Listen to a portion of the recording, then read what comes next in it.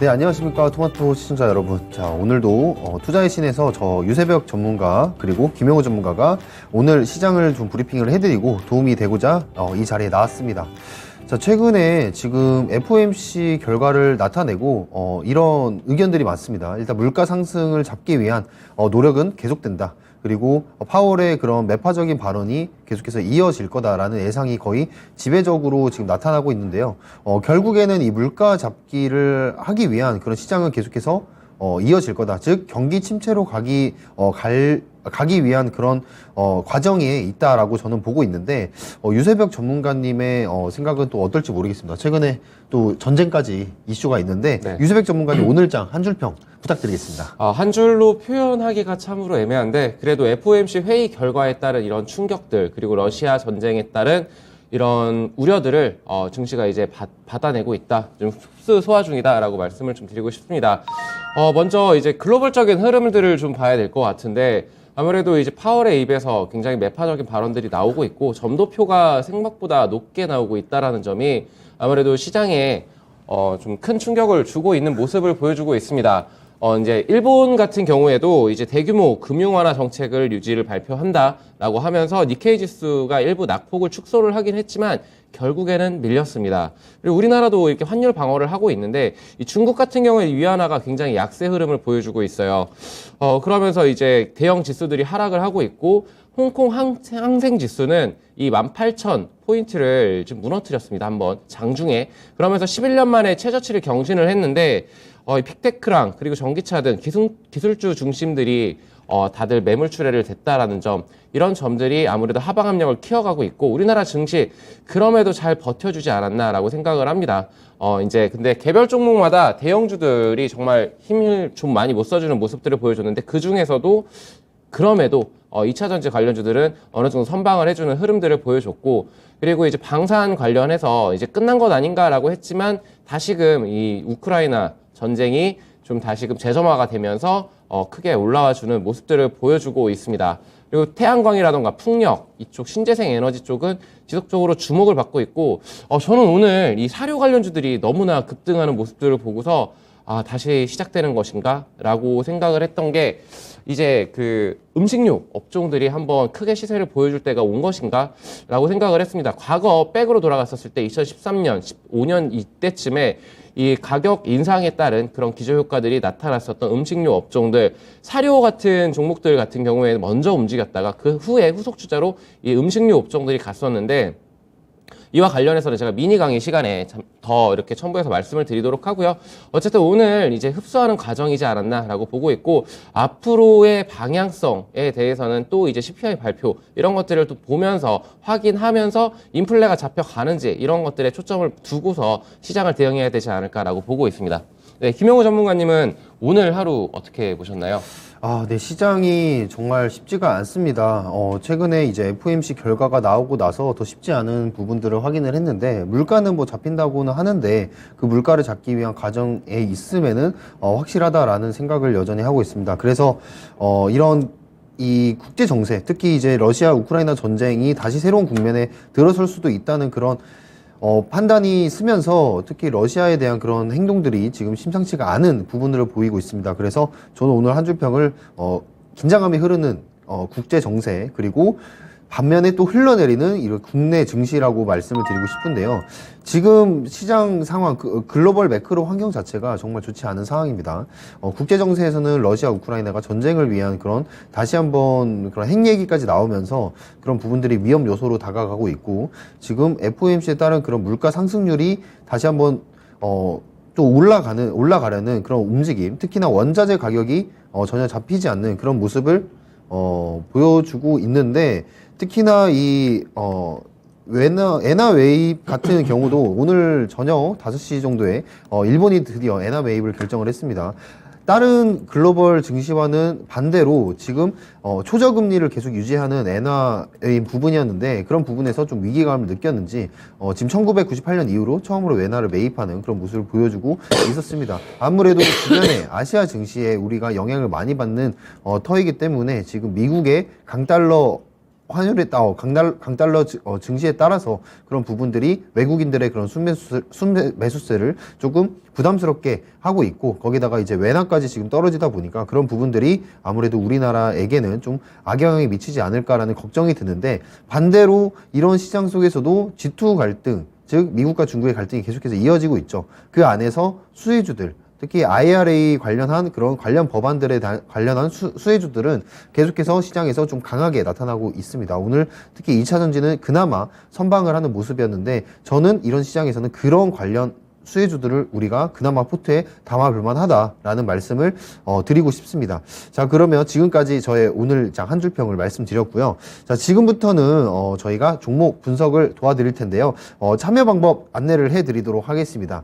자, 전화로는 02-325-8200 번호로 전화 주시면 저희와 직접 소통을 해서 분석 도와드리겠고요. 그리고 유튜브 채팅 참여하실 수 있는 방법이 있습니다. 유튜브 채팅으로는 종목명, 매수가, 비중, 그리고 궁금한 점까지 남겨주시면 그거에 대한 코멘트까지 달아드리도록 할 테니까요.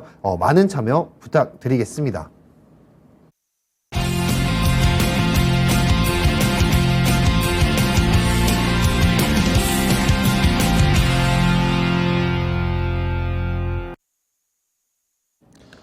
네, 유튜브에서 월미 관람차님, LG 헬로비전 문의를 주셨고요. 5,200원에 10% 이렇게 담아두셨는데, LG 헬로비전은 작년에 뜨거웠습니다. 그 디즈니 플러스 관련해가지고. 그리고 이제 전기차 충전소 관련 사업을 이제 한다라는 소식 속에서 굉장히 큰 시세를 한번 보여줬습니다. 4월 달에. 근데 이 전기차 모멘텀으로 지금 진입을 하신 듯 보여지는데, 그럼에도 주가는 굉장히 약세 흐름을 지속적으로 보여주고 있습니다. 하락 추세를 쭉 보여줬다가 다시금 상승해주는 모습들을 보여줬죠. 그런데 다시금 하락을 보여주는 지금 현 시점, 과연 어떻게 대응을 해야 될 것인가? 저는 지금 지니까 부근에 온다라고 하면은 저는 과감하게 다른 종목으로 환승을 해야 되지 않을까라고 보고 있습니다. 왜냐면은 이 전기차 충전소 관련 모멘텀이 있는 것은 확실하고, 그리고 바이든 정부라던가 아니면 우리나라 정부에서도 전기차 충전소 보급에 대한 이런 부분들은 확실하게 밀고 나갈, 정책적으로 밀어줄 수밖에 없는 그런 섹터다라고 말씀을 드리겠지만, LG 헬로비전이 기대감은 정말 높은데 과연 주가의 방향성이 상방으로 틀어줄 것인가는 지금 현 시점에서 쉽지만은 않아 보이고, 그리고 거래량, 그러니까 지금 시장에서의 관심이 지극히 현저히도 낮습니다. 단기간에 무언가를 바란다기보다는 이 전기차 충전소 관련해서는 언제든지 이슈 빵빵 터질 때, 그때 한번 시세 줄 때 잡아먹고 나와야 되지 않을까라고 보고 있고요. 그리고 매물대, 주요 매물대 자리가 지금 딱 5,700원 자리에 위치해 있습니다. 주요 이평선들, 그러니까 121선과 241선이 모여 있습니다. 이 자리를 뚫기는 쉽지는 않아 보인다. 여기에서 대규모 무언가 획기적인 그런 이슈 플로우를 붙여주면서 주가가 반등을 해주지 않는 이상은 지금 현 시점을 좀 벗어나기에는 좀 힘들지 않을까라고 보고 있고요. 전기차 충전소 관련해서 기타 다른 종목들도 있으니까 한번 좀 더 이쪽으로 사업 포트폴리오가 확실하게 하고 있고 한 종목들을 보는 것이 좋지 않을까라고 보고 있습니다. LG 헬로비전 나쁘다고 말씀을 드리는 건 절대 아니고요. 변동성을 이용한 매매는 좋겠지만, 얘가 원래 하고 있는 업종에서의 수익과 그리고 이익이 얼마나 나고 있는지, 이런 재무적인 그런 부분들도 한번 체크를 해봤을 때 저는 그쪽보다는 차라리 본업에서 얼마만큼 이슈가 받쳐줄 것인가 라고 했을 때 조금 퀘스천 마크가 붙고 있습니다. 그래서 저는 다른 종목으로 환승도 한번 기회 줄 때 나오시길 바라면서, 그렇다고 손절할 종목은 아니라고 봐요. 충분히 변동성을 줄 수 있는 종목이기 때문에 이렇게 말씀을 좀 드리도록 하겠습니다. 네, 다음 종목 보도록 하겠습니다. 팜스토리 문의를 해 주셨네요. 우리 비타민님께서 3,510원에 30% 부탁드립니다. 이렇게 남겨주셨는데, 일단 팜스토리, 오늘 오랜만에 상승세가 나왔습니다. 이유는 당연히 아실 거예요. 지금 러시아가 군 동원령을 발동을 하면서 지금 2차 세계대전 이후로 처음으로 지금 동원령을 발동을 했거든요. 그래서 저는 개인적으로는 이런 부분들이 사실 좀 심각한 일이라고 생각을 합니다. 왜냐하면 전 세계적으로 지금 전쟁의 사이클을 봤을 때 지금 딱 사이클이 전쟁이 한번 크게 나올 수 있는 사이클이 좀 돌아왔다, 이렇게 저는 보고 있어서, 물론 현대화 시대에 이런 전쟁이 무슨 말이냐라고 하겠지만 지금 핵 얘기까지 나온 마당에 지금 이런 부분들이 좀 방심을 우리는 해서는 안 된다라고 일단 개인적인 생각을 말씀을 드리고 싶고요. 그리고 우크라이나와 러시아에서 어떻게 본다면 전 세계 밀의 30% 이상을 생산을 하고 있기 때문에 이 전쟁이 장기화가 된다면 이 밀의 생산이 차질이 계속해서 빚어지겠죠. 그런 점에서 이 팜스토리가 다시 한번 주가에 반등을 받았다. 그래서 좀 아이러니하게도 좀 우프게도 이 팜스토리라는 주가는 결국에 전쟁이 좀 고조화될수록 더욱더 올라갈 수 있는 그런 종목이다라고 보시면 될 것 같습니다. 그래서 지금 곡물 가격이 급등을 함에 따라서 유럽의 빵값도 거의 18% 정도 급등을 했다고 해요. 그래서 저는 이 전쟁 테마주들, 전쟁 섹터가 다시 한번 좀 불을 뿜지 않을까, 최소한 일주일 정도는 불을 뿜지 않을까라는 좀 생각을 하고 있습니다. 그만큼 거래량이 좀 나와주고 있고, 지금 팜스토리뿐만이 아닙니다. 팜스토리뿐만이 아니라 여기 보시면 한일사료부터 시작을 해서 대주산업, 고려산업, 뭐 KC피드 이런 종목들까지도 같이 올라가고 있는 그런 모습을 보여주고 있고, 거래량도 계속해서 좀 밑에서부터 나와주고 있기 때문에 지금 이게 다시 한번 시작점이 될 수도 있다라는 생각을 말씀을 드리고 싶습니다.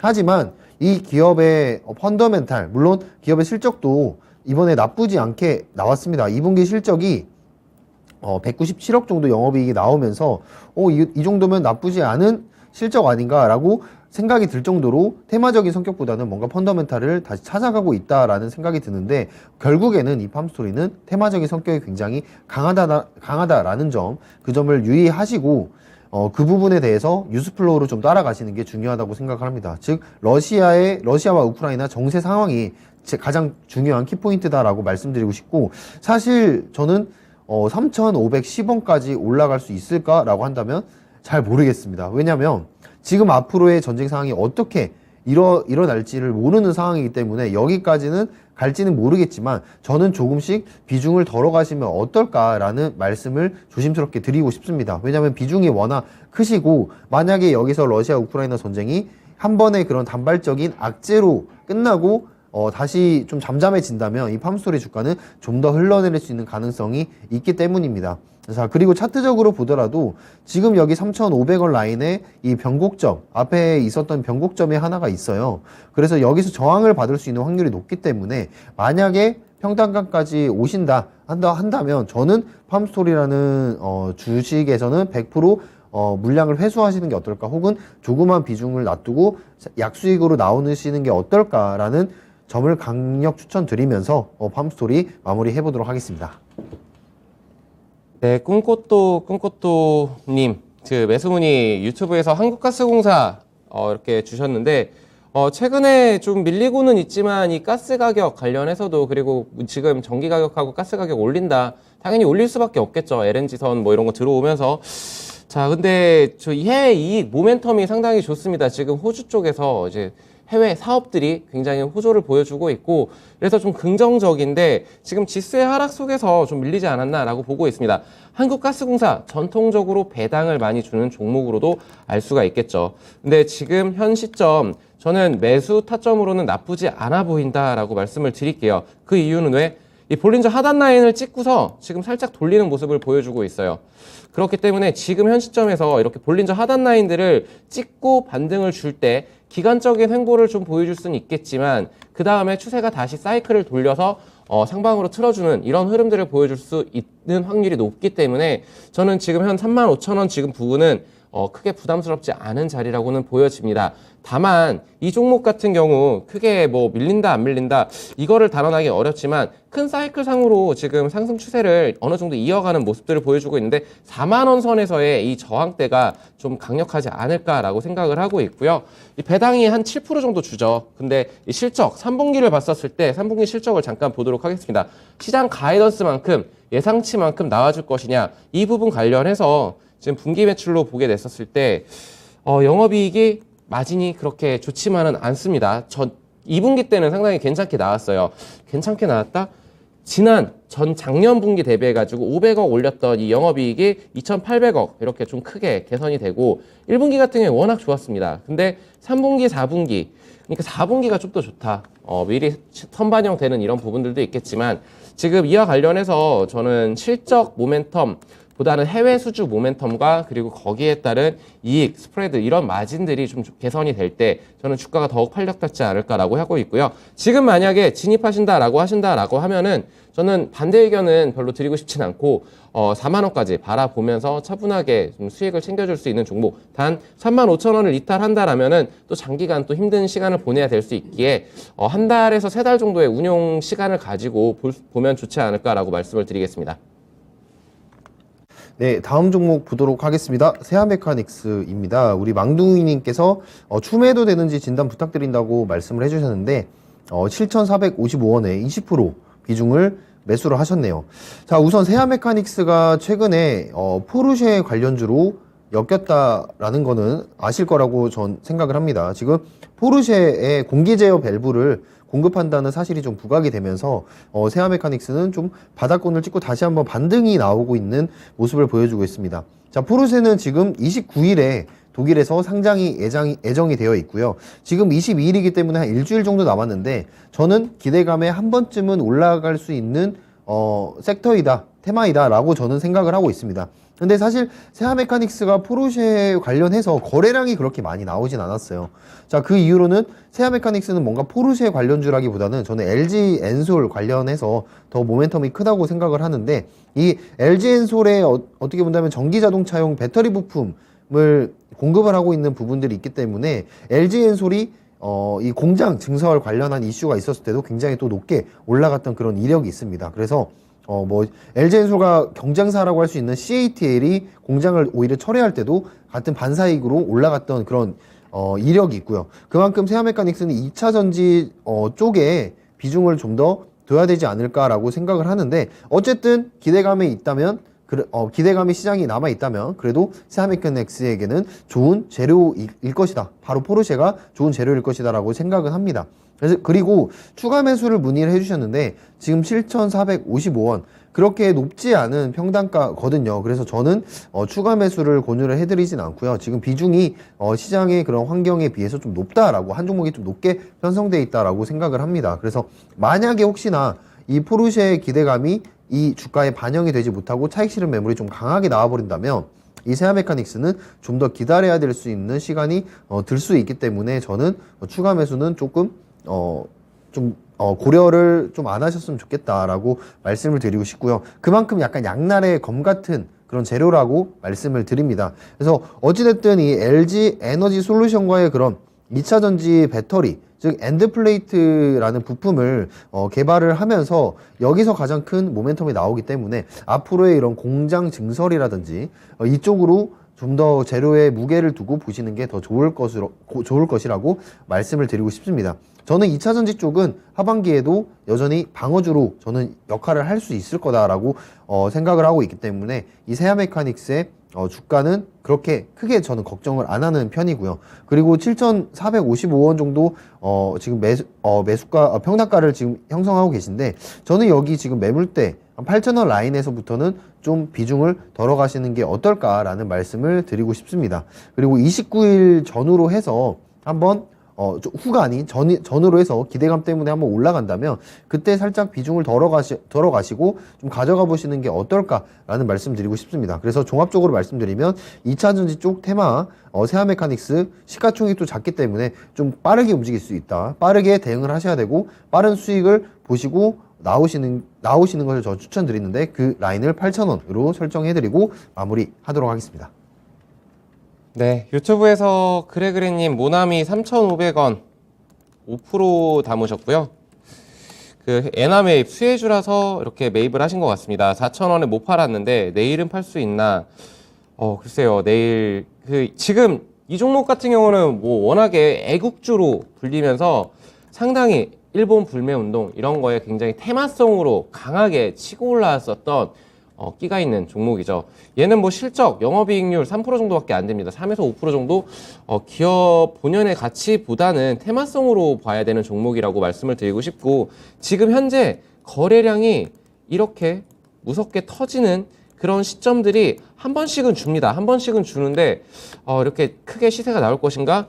외교부에서 뭐 강제징용 배상 판결 이행을 거부한 일본 기업이 국내 자산 매각 최종 결정이 있을 것이다, 막 이런 이슈 플로우를 붙여주면서 이런 큰 상승이 거래량이 터트려졌는데 그러면서 윗꼬리 달고 그대로 밀어버린 다음에 그 다음부터는 또 잠잠합니다. 기회를 줄 것인가? 글쎄요, 얘는 정말로 이런 이슈, 이렇게 다이나믹한 주가 변동성을 보여주고 있기 때문에 본의 아니게 계속적으로 기다려야 될 수도 있어요. 근데 저는 이 종목을 길게 들고 가도 괜찮다라는 측면에서는 저는 좀 의문이라고 좀 보고 있고요. 이 종목은 들고 있으면 좀 불안하지 않을까라고 제 개인적으로 좀 생각을 하고 있습니다.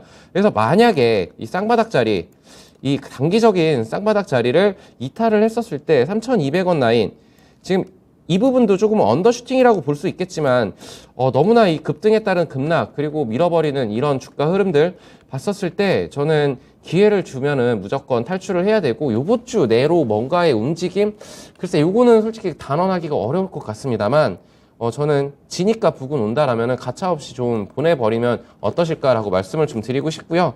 3,200원 이탈하게 됐었을 때 빠르게 주가는 회복했지만 근데 이때의 주가 흐름들도 한번 고민은 해보셔야 된다. 선택과 집중이 좀 필요한 시기가 되지 않을까라고 보고 있습니다. 그래서 결론적으로 말씀을 드려서 4,000원까지 한 번은 뿜어줄 수 있어요. 일본 관련해서 무언가 이슈가 있을 때. 그리고 얘 같은 경우에 엔젤 산업도 하고 있는데 엔젤 산업이 국가 정책적으로 밀어준다고 해서 지금 애기들이 많이 태어날까요? 요거는 좀 한번 사양산업이지 않을까라고 보고 있습니다. 그래서 정책적으로도 뭔가 있었을 때 저는 기회 줄 때마다 테마성으로 접근할 만한 단타 트레이딩 당일 매매가 유효한 종목이기 때문에 저는 빠른 시간 내에 뭐 기회 줄 때 나오셨으면 좋겠다라고 말씀을 좀 드리도록 하겠습니다. 네, 다음 종목 보도록 하겠습니다. 자, 우리 너구리님께서 그린플러스 11,800원 5% 문의해 주셨는데요. 목표가 전망 궁금하다고 남겨주셨네요. 자, 일단 그린플러스라고 한다면 첫 번째로 이 스마트팜에 관련된 재료가 가장 먼저 떠오를 거예요.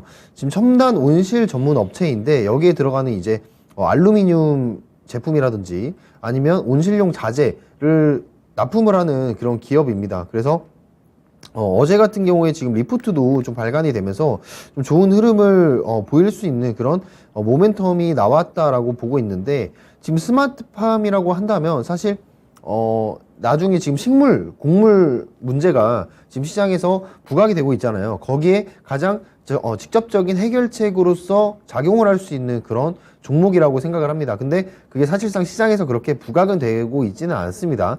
하지만 저는 그게 해결책으로서 한번 증시에서 큰 사이클이 한번 오지 않을까라는 한번 저만의 시나리오를 가지고 있는데, 이 그린플러스가 좀 저는 눈여겨서 보고 있는 이유가 최근에 이제 스마트팜과 관련된 그런 정부 정책들이 이어지고 있어요. 거기에 있어서 그린플러스 같은 경우에는 이 스마트팜 산업 성장에 있어서 이 호주팜 4.0사와 같은 그런 기업들과 공급 계약도 체결을 하면서 해외 진출도 이루어지고 있는 그런 기업입니다. 그래서 시가총액이 그렇게 크진 않아요. 1,400억 정도밖에 되지 않는데 해외 매출까지 이어지면서 특히 4월 달에는 이제 태국 법인을 설립을 하였는데 여기서 15,000평의 스마트팜을 직접 운영할 계획까지 가지고 있습니다. 그래서 좀 가치가 저는 저평가되어 있지 않나, 재료에 비해서 저평가되어 있지 않나라고 생각을 하는데, 어쨌든 지금 이 곡물 가격에 대한 그런 불안정 때문에 이 식품 가격들이 상승을 하면서 좀 안정적인 공급이 필요한 상황에서 이 그린플러스의 그런 스마트팜에 대한 이슈가 좀 부각이 될 것이다 라고 생각을 합니다. 최근에 시장에서는 이 곡물 가격에 대한 이슈가 좀 단기적으로 일어나는 부분들이 있죠. 러시아 우크라이나 전쟁에 따른 그런 밀 생산 차질 때문에. 그런데 저는 점점 이 곡물난, 식량난이 점점 전 세계적으로 압박이 많이 올 거라고 저는 보고 있거든요. 그러한 부분에 있어서 스마트팜의 그런 산업 발달은 분명히 필수적으로 이루어져야 된다. 그런 의미에서 그린플러스는 저는 좋게 보고 있는 기업 중에 하나라고 말씀을 드리고 싶고요. 그리고 여기 지금 보시면 매출도 계속해서 좀 좋게 나오고 있으면서 영업이익이 특히 80억, 그리고 내년 107억, 그리고 내후년에 131억으로 여기 지금 컨센서스 가이던스가 계속 찍히고 있는 모습입니다. 제가 이제 한 가지 말씀드렸던 팁이 뭐였냐면 시총 2,500억 미만의 종목 중에 지금 계속해서 여기 컨센서스가 나오고 있는, 즉 증권가에서 관심이 있는 종목들은 여러분들이 지켜봐야 된다. 왜냐하면 이런 종목들 중에서 텐베거 종목들이 나오기 때문에 이런 부분들을 한번 잘 분석을 해서 볼 필요가 있는데, 이 그린플러스의 스마트팜 재료는 충분히 그럴 가치가 있다라고 생각을 말씀드리고요. 그리고 투자자별 매매 동향을 보더라도 외인들이 지금 한 달 동안 순매수를 하고 있는 모습을 볼 수가 있습니다. 그래서 이런 시장에서 외인들이 순매수를 하는 종목들은 특히나 더욱더 저는 주가를 방어할 수 있구나, 큰 수익을 줄 수 있는 종목이다라고 말씀을 드리고 싶습니다. 그래서 그린플러스 11,800원에 좀 일단 수익 중이신데 이 수익 중인 부분들을 잘 끌고 가셔가지고 저는 17,000원까지 한번 바라보시면 어떨까라는 말씀을 드리고 싶은데요. 결국에 시장이 이 시장에서 받쳐줄 수 없는 그런 판단이 있을 수 있기 때문에 저는 지금 한번 윗꼬리를 맞고 떨어졌던 15,000원 부분에서는 조금의 비중을 수익을 챙겨 놓고 그 다음에 평단가에서 이 스탑로스, 즉 평단가에서 이제 본절가 매도 걸어 놓고 좀 대기를 하시는 게 어떨까. 그리고 나머지는 시장의 그런 매크로 환경, 시장의 흐름에 맡겨놓고 저는 17,500원까지 한번 바라보시는 게 어떨까라고 말씀을 드리고 싶습니다. 그래서 1차 매도가는 저는 15,000원 제시를 해드리고 마무리를 하도록 하겠습니다. 네, 유튜브에서 유수님 무림 PMP 4,700원에 15% 작년에 고점에서 물린 거 5월에 조금 정리하고 그리고 7, 8월에 물을 타서 보유 중이라고 하십니다. 우선 축하드리고요. 목표가 문의를 주셨는데 최근 상승 흐름 너무나 좋습니다. 펄프 가격 인상에 따른 그런 수혜가 기대가 되면서 증권사 가이던스도 상향 3분기 실적에 대해서 4분기 실적에 대해서 상향 조정되고 있는 상황이고, 그리고 지금 이쪽 원자재 쪽 관련해서 좀 굉장히 뜨겁죠. 이제 국내 유일 표백화학 펄프 생산 업체라고 좀 알려져 있는데 이 종목 저는 목표가 지금 저점 높여가면서 목표가를 계속 높게 타겟팅을 해도 되지 않을까. 이때의 큰 상승을 보여줬었습니다. 5,750원까지 바라봐도 되는데 단 지금의 상승세가 계속적으로 이어질 것인가 라고 봤었을 때 추세가 무너지지 않아야겠죠. 추세가 이렇게 무너지지 않아야 되는데 저라고 한다면 11선 내지는 21선까지 대응을 좀 하면서 좀 봐야 되지 않을까라고 보고 있어요.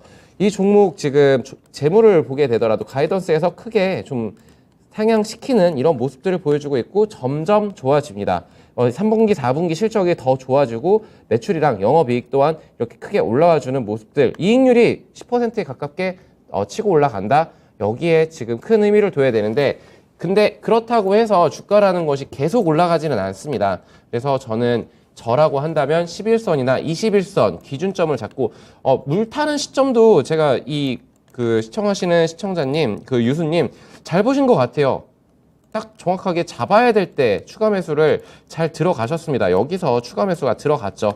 그 다음에 지금 여기까지 평단 맞춰놓고 지금 수익 중이신데, 저는 그 수익 줄 때 이 5,000원 라인을 무너뜨리지 않는다라는 전제 하에서 계속적으로 홀딩 의견을 드리고 싶고요. 이 15%의 비중으로 5,700원까지 한번 타겟팅 잡고 대응하자. 근데 5,000원 밀리면 다시금 진입가 부근 그리고 그 밑으로 다시 꺾일 수도 있다라는 점은 충분히 감안하셔서 오래 기다린 만큼 수익 챙겨가셨으면 좋겠다라고 말씀을 드리겠습니다. 네, 다음 종목 SK 하이닉스 문의해 주셨네요. 우리 몬트리올의 아들님께서 SK 하이닉스 123,000원 30% 문의해 주셨는데 반도체 언제 살아날지 진단 부탁드립니다. 이렇게 남겨주셨습니다. 저도 좀 답답합니다. 반도체가 언제 살아날지 그런 부분들이 조금 보이지 않는 점이 있는데 이런 부분에 대해서 간략하게 분석을 좀 해드리도록 하겠습니다. 일단 반도체는 지금 일단 어떤 시장의 환경인지 한번 파악을 하셔야 될 필요가 있을 것 같습니다. 일단 금리 인상이 계속되고 있고, 그리고 경기에 대한 그런 둔화, 침체가 이루어진다면 IT에 대한 수요는 부진할 수밖에 없겠죠. 그렇게 된다면 PC, 스마트폰에 대한 수요도 자연스럽게 둔화될 수밖에 없는 그런 부분들이 있습니다. 특히 SK 하이닉스 같은 경우에는 역시 5월까지는 사실 수요 상황이 그렇게 나쁘진 않았는데 6월부터 고객사들의 이런 주문 취소가 좀 본격화되기 시작을 했어요. 그래서 글로벌 메모리 반도체 업체들을 보더라도 매출액이 한 19% 정도 연대비해서 감소를 했거든요. 그런 점을 봤을 때 지금 수요가 너무 없다라고 저는 보여지고 있고, 거기에 따라서 재고들이 지금 조금씩 쌓여가고 있는 그런 상황이다라고 말씀을 드리고 싶습니다. 특히 뭐 디램이라든지 낸드의 매출액도 계속해서 감소를 하고 있기 때문에 이 재고분이 많이 이제 소진이 되고 다시 매출이 본격화되려고 한다면 저는 9개월 정도 걸리지 않을까라고 생각합니다. 즉 3분기 정도는 걸리지 않을까라고 말씀을 좀 안타깝지만 드리고 싶습니다. 그래서 내년 상반기에서 하반기까지는 다시 올라오기까지 좀 기다리는 시간이 필요하지 않을까라고 말씀을 일단 드리고 싶고요. 자, 그러한 점에서 지금 특히 이따가 제가 미니 가기 시간에 안 그래도 반도체에 대한 관련 이슈를 준비를 했는데, 지금 미국과 중국이 반도체에 대한 이슈가 굉장히 크게 있습니다. 즉 미국이 중국을 견제하기 위해서 반도체에 대한 부분도 법안을 계속해서 개정을 하고 있는데, 이 부분도 지금 어떻게 본다면 우리가 사이에 껴있는 샌드위치 국가로서 악영향을 받고 있다라고 지금 보시면 될 것 같습니다. 그래서 사실 저는 주가가 아래로 본다면 7만원 라인, 7만 3천원 라인까지 주봉상 좀 내려오지 않을까라는 생각도 하고 있습니다. 하지만 저는 이왕 지금 비중이 30% 정도 되시는데, 이왕 투자를 하신 거 SK 하이닉스 뭐 계좌를 지우라고는 말씀을 못 드리겠지만 어플을 지우시고 SK 하이닉스의 어플은 계좌 부분은 보시지 않은 게 정신 건강에 좋지 않을까라는 말씀을 드리고 싶네요. 즉 SK 하이닉스는 시간이 있으면 다시 회복이 될 수밖에 없는 저는 주식이다라고 보고 있습니다. 그만큼 지금 삼성전자가 이번에 ARM 인수권도 같이 껴있으면서 국내의 그런 반도체 시장에 다시 한번 미래에 대한 투자를 계속해서 감행을 하고 있는데, SK도 마찬가지로 그런 인증적인 부분에서 실력을 인정받고 있기 때문에 그런 부분을 좀 보신다면 SK 하이닉스는 내년에 좀 기대를 해봐야 되는 그런 종목이 아닌가라는 좀 말씀을 드리고 싶습니다. 그래서 저는 그냥 비중 뭐 더는 거 없이 12만 3천원 평단가까지 올라올 때까지 좀 시간을 두고 투자를 좀 하셔야 된다라고 말씀을 드리고 싶고요. 저는 언젠가 결국에 15만원 전고점까지 갈 것이라고 보기 때문에 시간을 좀 투자를 하시고 인내심을 가지고 기다려 보시는 게 어떨까라는 말씀 드리면서 마무리해 보도록 하겠습니다. 네, 유튜브에서 옵트론텍 꽁이님이 7,892원에 30% 비중을 담아두셨는데, 이미지 센서 만드는 회사, 지금 업력이 좀 오래된 회사죠. 이 회사 같은 경우에는 약 한 20년 오래됐다라기보다는 한 20년 정도 된 그런 회사인데, 8,000원 거의 부근에서 지금 30% 물려 있으시고, 지금 계속적으로 주가는 하락 흐름을 보여주고 있습니다. 이 고점에, 최근 고점에 물리신 거 아닌가라고 생각을 합니다. 완전히 고점에서 여기에서 시초가로 들어가셨다가 물린 것 아닌가라고 생각을 하고 있는데, 계속 내려가고 손절해야 되는 종목일까요? 라고 물음을 주셨는데, 주가가 하락하는 데는 이유가 있겠죠. 왜? 실적이 안 좋았으니까. 그 부분을 선반영했다라고 치더라도 올해 정말 턴어라운드, 턴키를 쥐고 있나? 라고 봤었을 때 재물을 한번 보도록 할게요. 작년에 적자를 기록을 했던 회사입니다. 경영난을 겪었죠. 그러면서 부채 비율 계속적으로 올라갔고 유보율도 줄어들고, 그러면서 올해 그러면 3분기 때 좋아질 것인가? 라고 봤었을 때 2분기에 실적 굉장히 안 좋았습니다. 3분기 영업이익이 글쎄요, 그 매출 또한 그렇게 기대를 해봐야 되는가? 자율주행차나 이 재료는 좋습니다. 갤럭시 부품주. 근데 지금 전방 산업 쪽이 그렇게 좋은 것인가? 라고 했을 때 IT 쪽 전반적으로 다 안 좋습니다. 이 종목뿐만이 아니고 다 안 좋아요. 전부 다.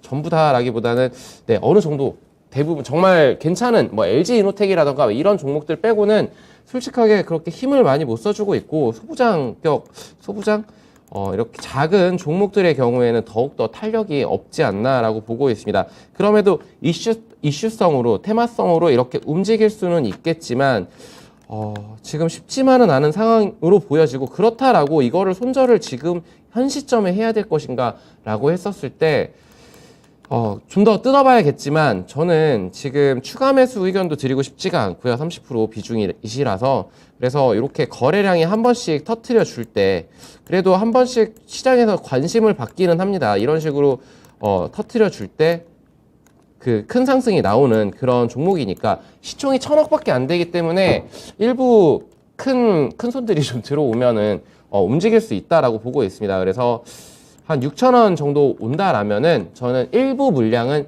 축소를 했다가 기회를 봐서 이 전장 쪽이 좀 좋아지는 그런 흐름들을 보이고, IT 쪽이 저는 내년 상반기까지도 봐야 되지 않을까라고 보고 있습니다. 장기간 보유를 못 하겠다라고 하시면은 잠깐의 반등세, 기술적 반등을 줄 때 6,000원 부근에서 저는 물량 덜어내시는 거를 좀 추천을 드릴게요. 마이너스 10% 구간이 넘어가죠. 그러면은 마이너스 20% 구간, 이 정도를 손절을 치실 결단이 서신다라면은, 네, 여기 6,000원 부분에서 좀 정리를 해야 될 것이다 라고 말씀을 좀 드리도록 하겠습니다.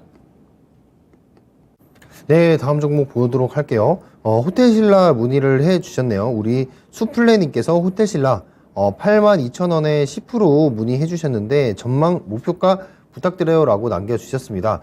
자, 호텔신라 같은 경우에는 여러분들도 아시다시피 삼성그룹 계열의 그 호텔 그리고 면세유통을 하는 사업자라고 보시면 될 것 같아요. 그래서 최근에 이 지분 관계 문제에 있어서도 좀 말이 많았었는데 크게는 이제 호텔, 레저 부분과 그리고 TR 부분으로 많이 남겨져 있다라고 보시면 될 것 같습니다. 그래서 쉽게 말해서 이제 면세점 매출이 있고 그리고 숙박 쪽에 매출이 있다 이렇게 보시면 될 것 같은데요.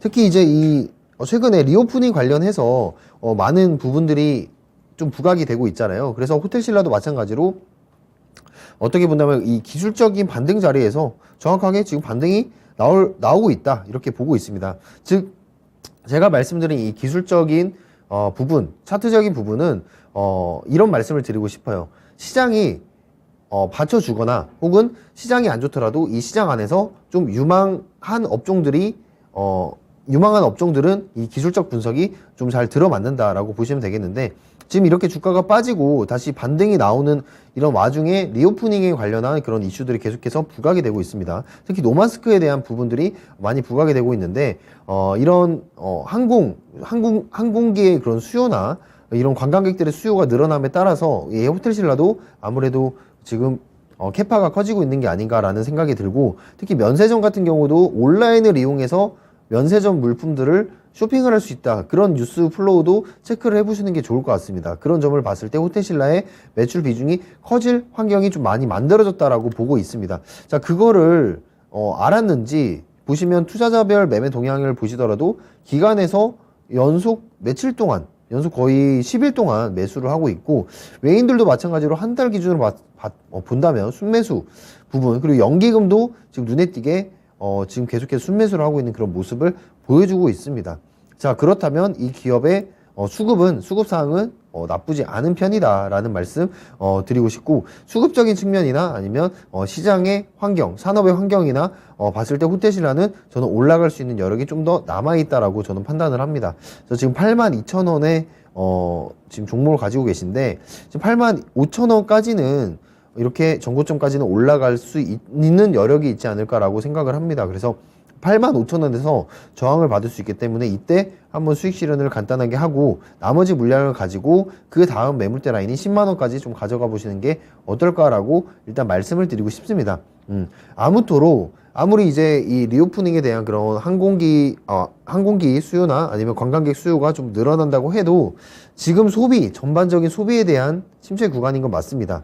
그럼에도 이제 코로나 보복 소비 심리 때문에 여행 관계업자들은 조금 좋은 쪽으로 많이 해석이 되는데 어쨌든 이 호텔신라도 지금 결국에는 소비하는 축에 소비주에 속하기 때문에 이런 부분들을 생각을 해본다면 이 호텔신라는 좀 단기적으로 급격하게 올라가거나 그러지는 않을 것 같다라는 말씀을 드리고 싶습니다. 그래서 1차 목표가는 85,000원 그리고 2차 목표가는 10만원 잡고 좀 호텔신라는 기다려보시면 어떨까라는 말씀 드리도록 하겠습니다. 네, 유튜브에서 경동나비엔 드롭조아님 요즘 추워졌는데 계절 수혜주 가능한가요? 라고 말씀을 주셨습니다. 가능하다고 보고 있습니다. 올겨울 상당히 춥다라고 하는데 뭐 한국가스공사라던가 뭐 등등 계절적으로 좀 이슈가 맞춰주는 뭐 파세코 이런 종목들도 있죠. 뭐 여름 관련주로도 몇 개 있는데 경동나비에는 전통적으로 보일러 잘 만드는 그런 회사이고 그리고 이 그 IRA 법안 수혜 주로도 부각이 조금 되고 있어요. 근데 지금 현 가격대에 저는 크게 부담스럽지는 않아 보입니다만 얘가 거래량이 좀 시원하게 들어올 것인가 라고 했었을 때 조금은 의문점은 들고 있습니다. 이런 굉장히 다이나믹한 모습들을 보여줬는데 그만큼 기업이 크게 잘 성장을 해왔다라는 것을 반증하는 주가 흐름이라고 보여드리고 싶고요. 실적이 아름답습니다. 17년도부터 계속적으로 매출액이 늘어나면서 6천억에서 7천억, 7천억에서 8천억, 그리고 작년에는 1조 1천억 이렇게 찍고 있고 영업이익 같은 경우에도 400억에서 600억까지 올라와주고 있습니다. 영업이익이 좀 더 좋았다라면 더 좋겠는데 그 부분은 좀 아쉽지만 그럼에도 이제 주가는 탄력성 받고 잘 올라와 줬다라고 보고 있고요. 그리고 유보율 또한 적고 부채 비율도 부채 비율 또한 낮고 그리고 유보율도 높아요. 돈을 잘 벌고 있고 돈도 이렇게 좀 잘 축적하고 있다라고 했었을 때 뭐 컨센 예상치는 안 나와 있습니다만 3분기에도 실적이 더 좋을 것으로 예상을 합니다.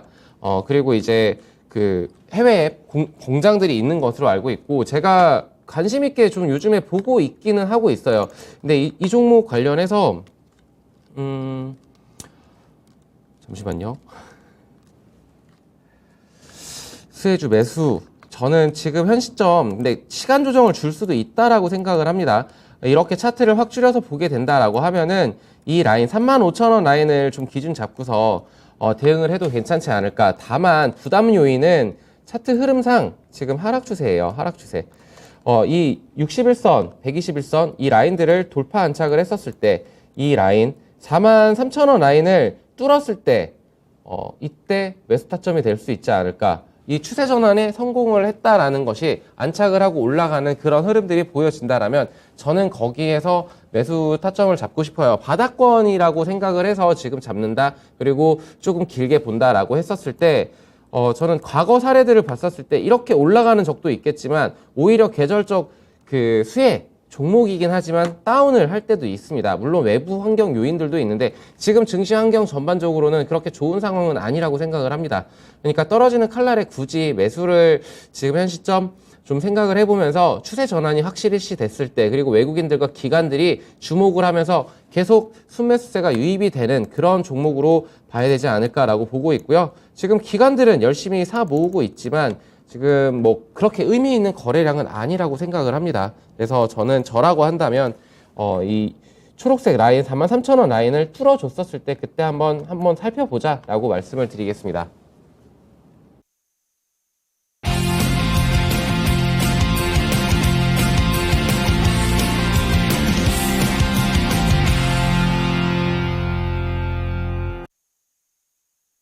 네, 지금부터 제가 준비해온 미니 강의 시작을 해보도록 하겠습니다. 오늘은 반도체 전반적인 흐름에 대해서 말씀을 드리고자 하는데요. 자, 말씀드리기 앞서서 좋은 얘기가 많이 없을 것 같습니다. 그럼에도 지금 반도체 주들, 특히 삼성전자, SK 하이닉스 들고 계신 분들 많기 때문에 이 부분에 대해서 체크 포인트를 좀 잡아드리고자 좀 가져와 봤습니다. 자, 일단 반도체 업종은 지금 재고 자산에 대한 이슈가 굉장히 많습니다. 지금 제가 지금 보이시는 표 보시면 글로벌 메모리 반도체 월별 매출액 추이를 보여드리고 있는데 지금 기준선을 기점으로 해서 US 좀 8,000달러를 기준으로 해서 좀 이 부분이 지금 다시 한번 무너지고 있는 그런 상황이 보여지고 있습니다. 그래서 아까 말씀드렸던 것처럼 6월부터 고객사들의 주문이 좀 취소가 본격화되는 그런 전망을 보여주고 있고 그 이후로는 당연히 IT 제품에 대한 그런 수요가 부진할 것으로 예상을 하기 때문에 이 고객사들 입장에서도 반도체 재고를 쌓아놓을 필요가 없다. 즉 생산자 입장인 삼성전자나 SK 하이닉스 쪽으로 물량을 지금 몰아넣는 경우가 지금 굉장히 많다는 겁니다. 즉 그 말은 수요가 적어지다 보니까 이 공급하는 입장에서 그런 부분들이 가격이 많이 떨어지게 되고 특히 디램이라든지 낸드의 그런 가격들이 또 떨어질 것으로 지금 예상이 되고 있습니다. 거기에 따라서 지금 반도체 업종의 주가 자체가 컨센서스가 지금 하향 조정이 어떻게 본다면 불가피하다. 그래서 제가 지금 예상하는 거는 내년 상반기까지는 좀 지켜봐야 된다라는 좀 예상을 해서 드리도록 하겠고요.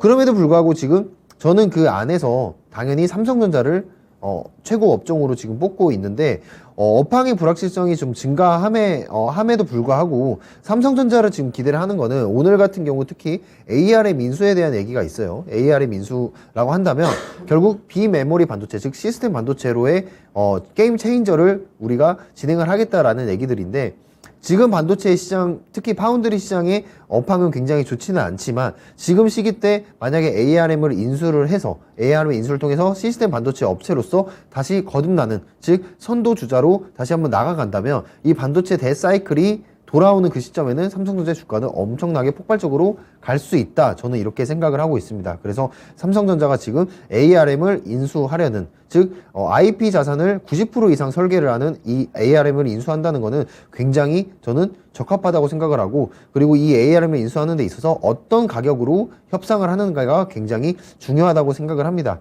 그래서 이 손정희 회장과 이재용 부회장이 지금 손을 맞잡지 않았나 이런 생각을 해보고 있는데 어쨌든 이 반도체 부분에 있어서 지금 현 상황은 수요가 그렇게 많지 않다. 즉 재고 자산이 많이 쌓여 있다라고 보시면 될 것 같고, 인플레이션 영향으로 인해서 이 반도체를 만드는 생산 원가는 상승을 하고 있는데, 금리 인상으로 인해서 소비 여력이 둔화를 하고 있기 때문에 지금 상황이 굉장히 좋지 않다라는 그런 기본적인 매크로 환경을 좀 이해를 해주시면 좋을 것 같습니다. 그래서 6월부터 지금 급격하게 어떻게 보면 이 메모리 반도체 업체들, 특히 디램이나 낸드의 가격이 사실 상승 전환할 것이라고 이 증권가에서도 많이 예상을 했었는데, 실제로는 어떻게 본다면 이 가격의 협상 자체적으로 이 메모리 제조사들의 요구가 수용이 되지 않으면서 가격이 조금 떨어졌다. 즉 제조업체들에게 이제 이 고객사들에게 두 자릿수의 가격 인상을 요구를 했는데, 이런 가격 협상의 결과가 이제 좀 결렬이 되면서 이 요구가 수용이 되지 않으면서 좀 더욱더 힘들어진 상황이 펼쳐지고 있다라고 보시면 될 것 같습니다. 그래서 이 어플리케이션에 따른 그런 업황을 본다면 이 모바일 스마트폰 업황이 어떻게 보면 가장 취약하다고 볼 수 있고, 그 다음에 PC, 서버 순으로 수요 둔화가 계속해서 나타나고 있습니다. 특히 스마트폰 업황 같은 경우에는 중국 스마트폰 업체들이 판매 계획이 하향 조정되면서 이 우리나라 같은 경우에 중국으로서의 그런 중국발 매출이 좀 많이 줄어들고 있는 그런 상황이 되고 있다라고 보시면 될 것 같습니다. 그래서 이 스마트폰 쪽도 계속해서 감소할 전망으로 좀 이어지고 있고, 오히려 애플 쪽의 그런 수요가 좀 어필이 많이 되고 있는 상황이기 때문에 이런 갤럭시를 쓰는 그런 소비자들의 그런 기대감은 조금 많이 줄었다라고 보시면 될 것 같습니다. 특히 PC 부분 같은 경우에는 지금 코로나 재택근무 부분이 많이 사라졌기 때문에 노트북의 수요도 급격히 감소하고 있는 부분이다. 이렇게 전반적으로 환경을 보시면 될 것 같습니다. 그리고 지금 디램에 대한 재고도 계속해서 늘어나고 있다. 이 부분은 말씀드렸는데, 특히 G2의 갈등이 계속되고 있습니다. 미국과 중국의 갈등이 계속이 되면서, 특히 미국 같은 경우에 7월에 반도체 산업 지원법을 통과를 시키면서 이 부분에 대해서 미국 자국 서플라이, 자국 밸류체인을 계속해서 증가를 하려고 하는 그런 모습을 보여주고 있는데, 여기에 따라서 어떻게 본다면 지금 중국이라든지 북한, 이란, 러시아 같은 이 미 상무부가 지정하는 이런 국가에 물질적인 설비 투자가 지금 들어가지 못하는 그런 부분이 있기 때문에 삼성전자나 SK 하이닉스도 마찬가지로 이 생산 설비 쪽에서 문제가 분명히 생길 수 있다. 이런 부분들을 좀 생각을 해봐야 될 것 같습니다. 그래서 제가 마지막으로 드리고 싶은 말씀은, 반도체 전체적인 업황은 좋지는 않지만 저는 수요 우위를 보이고 있는 차량용 반도체 쪽은 좀 지켜볼 필요가 있지 않나라고 생각을 합니다. 물론 모바일 AP 기업들도 있는데, 모바일 AP 기업 같은 경우에는 애플에서 이 수요를 견인을 해주고 있기 때문에 그거는 제외를 시킨다 치더라도 차량용 반도체 쪽은 우리가 좀 살펴볼 필요가 있다라고 생각을 합니다. 그래서 지금 SiC 웨이퍼 시장, 즉 SiC 웨이퍼라는 거는 이제 탄화교수를 이용한 전력 반도체를 얘기를 하는데, 이 전력 반도체가 상대적으로 이 고전압과 고내열에서 우수한 성능을 나타내기 때문에 전기차 시장에서 굉장히 곽강을 받는 반도체라고 이해를 하시면 될 것 같습니다. 그래서 이 SiC 전력 반도체를 우리가 주목을 해볼 필요가 있는데, 이 키워드는 꼭 까먹지 마시고 기억을 해주시길 바라겠고, 지금 외국 기업들 굉장히 많습니다. 외국 기업들 굉장히 많지만 우리나라 쪽들을 본다면 지금 SK 실트론을 자회사로 두고 있는 SK, 그리고 SiC 웨이퍼를 지금 또 전력 파운드리라고 있는 DB 하이텍이라든지, 근데 DB 하이텍 같은 경우에 최근에 분할 이슈가 있었기 때문에 저는 개인적으로 제외를 시켜야 된다고 생각을 하고요. 상장은 하지 않았지만 파워큐무셈이라는 업체가 있고, 그리고 지금 주가 테슬라 관련주로 또 핫했던 SiC 전력 반도체를 생산하는 KEC, 이 정도를 한번 좀 탑픽으로 두고 보시는 게 어떨까라는 말씀 드리면서 마무리를 해보도록 하겠습니다. 네, 미니 강의 시간. 오늘 말씀드릴 업종은 음식료 업종입니다. 전통적으로 경기 방어를 해주는 그런 섹터로 분류가 되는데, 결국에는 강조드리고 싶은 부분은 2012년도부터 시작됐던 그 무서웠던 그 음식료 업종을 기억하시는지 모르겠어요. 이때 어떤 일이 있었느냐. 먼저 대주산업 같은 이런 종목들, 사료 관련주들이 엄청 널뛰기를 했었습니다. 곡물 가격의 상승에 따라서 이렇게 큰 널뛰기를 보여줬다가 그 다음에 움직였던 아이들이 이제 음식료 업종인데, 가격 전가가 가능하죠. 왜냐면은 사람은 삼시세끼를 무조건 먹고 삽니다. 거기에 따라서 지금 외식보다는 아무래도 집에서 먹고 있는 이런 부분들 관련해서 가격 전가가 충분히 가능한 음식료 업종이 강하게 치고 나갈 수밖에 없는 환경 요건이 만들어져 있고, 그리고 지금 성장하고 있는 산업이기도 합니다. K푸드로 대표되고 있는데, 오징어 게임에서 봤었을 때 우리 짜파구리 같은 경우에도 굉장히 외국에서 히트를 치고 거기에 무언가 소주가 나왔다라고 하면서 일본이나 유럽이나 등등등에서 소주도 많이 팔리고 있고, 우리 K푸드 관련해서 진짜 정말 긍정적인 신호탄들이 계속 뉴스에서는 보실 수 있을 겁니다. 그럼에도 주가는 그렇게 탄력적일까라고 봤었을 때 아주 다이나믹하진 않았습니다만, 최근에 음식료 업체들이 가격 인상을 시작을 했습니다. 추석 후에 농심에서는 라면 가격을 인상을 했고요.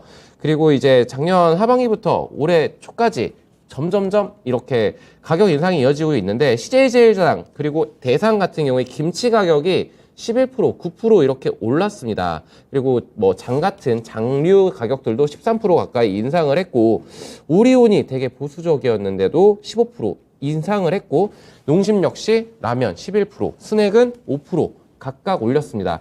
여기에서 이제 이어서 팔도랑 오뚜기가 올렸다라는 점들도 결정을 했다라는 점들도 우리가 주목을 해봐야 되는데, 이게 대표적인 특징이 오리온이 정말 9년 만에 국내 가격 인상을 했네. 이 부분은 좀 행동에 나섰다라는 점들. 그러면은 지금 현재 올리지 않은 뭐 삼양이라던가 이런 쪽도 한번 눈여겨봐야 되지 않을까라고 보고 있고요. 이 점유율 경쟁을 위해서 비용 투입을 제한적으로 했었던 이 오리온을 한번 주목을 해봐야 되지 않을까라고 보고 있습니다. 과거 점유율 확대에 기반해서 Q 극대화 전략을 펼쳐왔던 오뚜기 가격 인상, 경제 완화 측면에서 큰 의미를 둬야 될 것 같다라고 보고 있고, 오뚜기라는 종목을 추천드리기 위해서 이런 말씀을 드리는 것이 아니고, 지금 차트 한번 잡아서 본다라면은 이 삼립, SPC 삼립의 그 주가 흐름입니다. 산이 하나 있죠. 굉장히 높은 산이 하나 있는데, 이 10,000원이었던 주가가 400,000원까지 갔었던 2013년부터 15년도까지 이렇게 수직 상승, 무섭게 상승을 했던 주가 흐름이 있습니다. 물론 이렇게 다시 내려오긴 했지만, 이 종목, 단기적으로 봤었을 때도 굉장히 다이나믹해요. 크게 상승했다가 하락했다가 상승, 오늘 크게 시세를 뿜었습니다. 근데 지금 현재, 저는 이 음식료 업종들에 대해서 종목 차별화 현상을 좀 보여주면서 움직일 것이라고 보고 있고, 저는 큰 틀로 봤었을 때 CJ제일제당 같은 경우에는 해외 수출 모멘텀이 상당히 높은 기업입니다. 그리고 외국인과 기관의 매수세가 유입이 되고 있는데, 지금 저는 이 종목도 굉장히 크게 한번 시세를 뿜어주지 않을까라고 보고 있어요. 차분하게 지금 주가 흐름들을 보여주고 있는데, 이 코로나 이후에 크게 상승해 줬다가 밀렸습니다만 지금 다시금 상승 사이클을 타고 있다라는 점, 그렇다라면은 우리가 지금 주목을 해봐야 되지 않을까라고 보고 있습니다. 그렇다라면 40만 원을 기준 잡고서 이 종목들 볼 수가 있을 것 같고, 그리고 농심이라던가 롯데칠성 지금 크게 시세 줬다가 다시금 올라오려는, 시선을 돌려주려는 그런 모습들을 보여주고 있다. 결론적으로 말씀을 드려서 이 식음료 관련해서는 많은 종목들이 있습니다. 뭐 대상도 있고 CJ제일제당도 있고 빙그레, 오뚜기, 뭐 대한제분 등등등 너무나 많은데, 시총이 무거운 종목들 또한 다이나믹한 주가 상승을 보여줄 수 있는 그런 섹터이기 때문에 저는 성장주로서의 매력도 있다. 그러니까 국내에서 해외로 수출하는 기업들에서도 투자 아이디어를 살펴볼 수가 있겠고, 그리고 지금 해외에서도 계속 호조가 지속되는 그런 식음료를 가진 그런 기업들을, 강소기업들을 한번 찾아보자라고 말씀을 드리겠습니다. 네, 오늘도 투자의 신 여기까지 마무리를 해보도록 하겠습니다. 지금 금리 인상 시즌에 따른 그런 경기 침체에 대한 우려감이 우리 시장에도 계속해서 반영이 되고 있는 그런 모습들입니다.